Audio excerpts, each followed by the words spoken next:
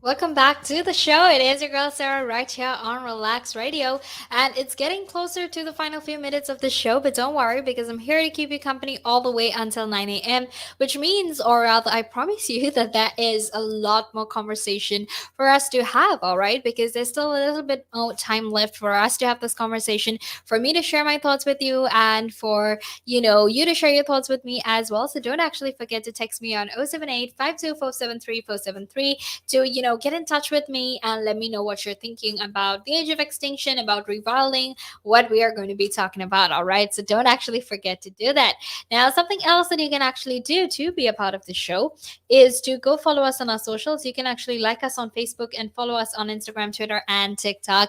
And don't forget to subscribe to us on YouTube either, because that way you can actually make sure that you're always informed about the very latest that happens here in the United Kingdom. All right, and don't forget to download our app either, because that is available on both the Apple App Store and the Google Play Store, which means you can listen in from either your iOS device or your Android device, and it's completely free of charge. So if you want to stay updated about the very latest in terms of news, health, science, sports, technology, whatever it is that you want to know, well, the best way for you to do that obviously is by following us and downloading our app. All right, and now let's actually head back into our conversation about this age of extinction. What exactly is it? What do you mean when you say age of extinction? How is that going to help us? What kind of changes is it going to bring about? Is it healthy? Are we going to die? What is it right now? I know those are all questions that you have, but you actually have nothing to worry about, because the age of extinction is basically about bringing back to life some of these environments that we have destroyed in the process of human activity. All right. Now, if you actually think about it, if you actually take the age of extinction, what you need to keep in mind is that rewilding 5% of England could actually create nearly 20,000 jobs in rural communities, right?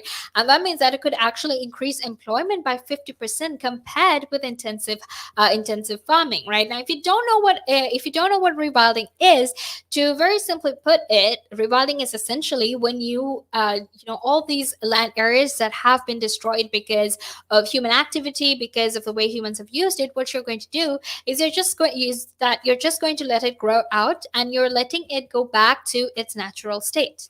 Okay, and when you do that, what exactly happens is that it helps all of these animals to come back to these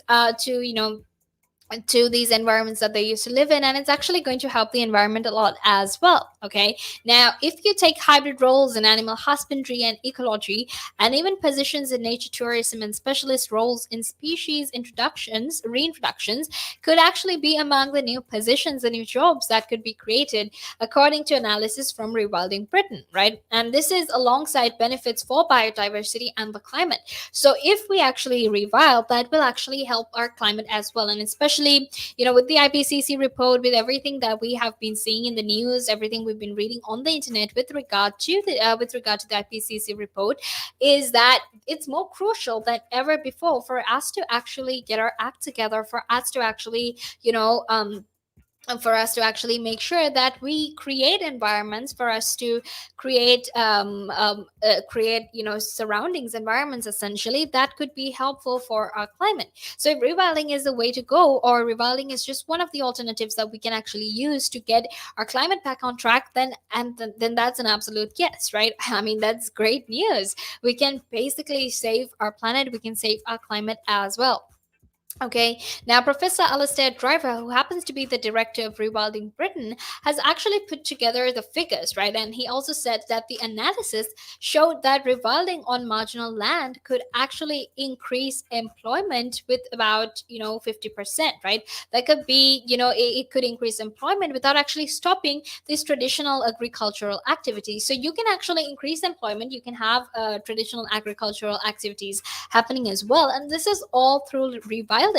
Okay, and that is absolutely amazing as well. Okay, so he basically said that when we're doing this, you're basically looking at approximately a 50% increase in jobs compared with traditional intensive farming. All right, now Alistair Driver also said, he said this while cautioning that while the figures were positive, there would not be a rewilding industrial revolution. All right, It's not going to be some form of industrial revolution. What they're going to do is they're going to take a marginal land and try to revive it and try to get all of, some of those plant and animal communities that lived in them, that basically that had habitats in them. They're basically trying to get all of them back, regardless, or because of the human activity that basically caused it to get destroyed.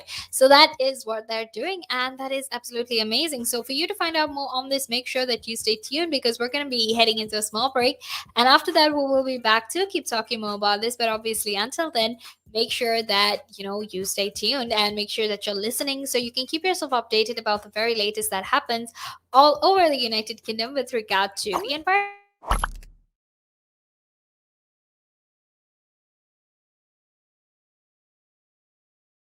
And it gives them something to look at, and it makes them laugh. It makes them laugh. So that's why I do it. Oh, and it could be a really good pickup line as well. Ladies will ask, "Hey, excuse me, so why are you wearing something so colorful?" I mean, hey, you can you can always have something up on your sleeve. I mean, got me thinking. You want to stand out. Why do you want to stand out though so much, especially with these kind of shirts when you're riding? There must be a purpose behind it, right? Well, when you say a purpose, Nick, what I do, I wear the shirts, and mainly one, because they're nice and bright, so they make me visible, especially if I'm riding on the road. Okay. I mean, yeah, that's very important, right? Because you want cars, yeah. Very important. And also, like, people see me in like calves, and perhaps I shouldn't be saying this on here, I suppose, but in the bar afterwards. All right. And it gives them something to look at, and it makes them laugh. It makes them laugh. So that's why I do it. Oh, and it could be a really good pickup line as well. Ladies will ask, "Hey, excuse me, so why are you wearing something so colorful?" I mean, hey, you can always have something up on your sleeve. I mean, you look like a guy who would do. You know me too well. You know me too well, Nick.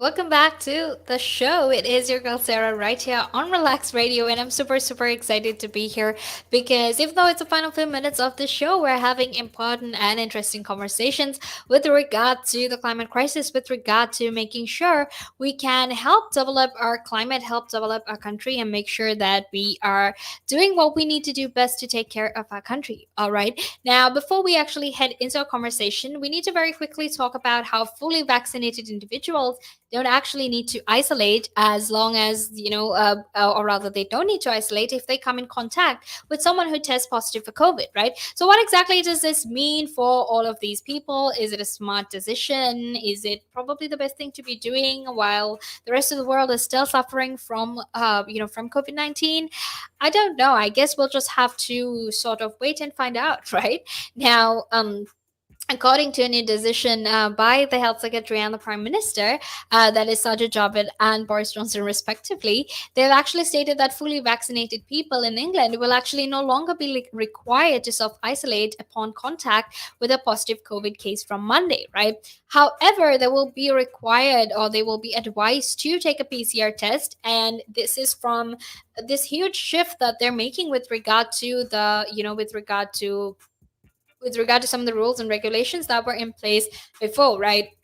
Now, if you don't remember, or I will very quickly remind you as well, that before when lockdown was eased on the 19th of July and all of that happened, something else that was there was this COVID-19 NHS app, right? The NHS COVID-19 app, rather. And basically what it did was that it pinged you if you came into close contact with someone who tested positive for COVID-19.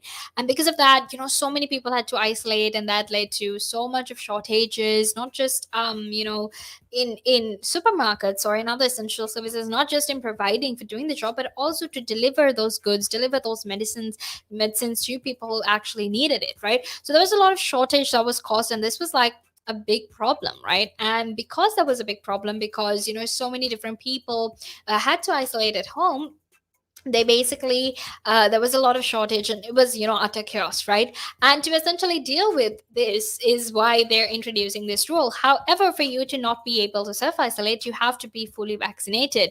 And by fully vaccinated, I mean you have had to have have had to have both the doses of the coronavirus vaccine, regardless of what vaccine you got, whether it was Pfizer or AstraZeneca or the other vaccines they were giving. Regardless of what it was, you really had to make sure that you had both doses of it so that you don't have to isolate. All right. However, you do have to take a PCR test. You have to make sure that you get the test, and while you're waiting for the test results, you don't really have to isolate either. If you get a negative test, well, then that's good for you. That's amazing news, and you can go back to your life and hopefully go back to normal as well. However, if you do test negative, or rather, if you do test positive, apologies, if you do test positive, you have to isolate at home, right? And this also is relevant to all of the people who are under 18 as well. If they come into close contact with someone who is tested positive for COVID, they don't have to isolate. However, they do have to take a PCR test and make sure that it's negative. Now, Sergeant David basically said that basically this decision was made because getting 2 doses of that vaccine has basically made sure that the scales were in our favor, right? Because it has allowed us to sort of reclaim some of those lost freedoms that we had. Now, that is what he had to say. And something else we need to keep in mind is that Boris Johnson was, in fact, under a lot of pressure to actually make sure that that he was under a lot of pressure to change the date in which this was going to happen, to actually let people not isolate themselves much before. However, he said that we can't really bring forward the date. We have to go with the statistics, and what the statistics are saying right now is that we should stay safe. All right, so that is what the conversation is about. Now make sure you stay tuned, because we're going to head into a small break, and after that we will be back to keep discussing more of this. So until then, make sure that you stay tuned. All right.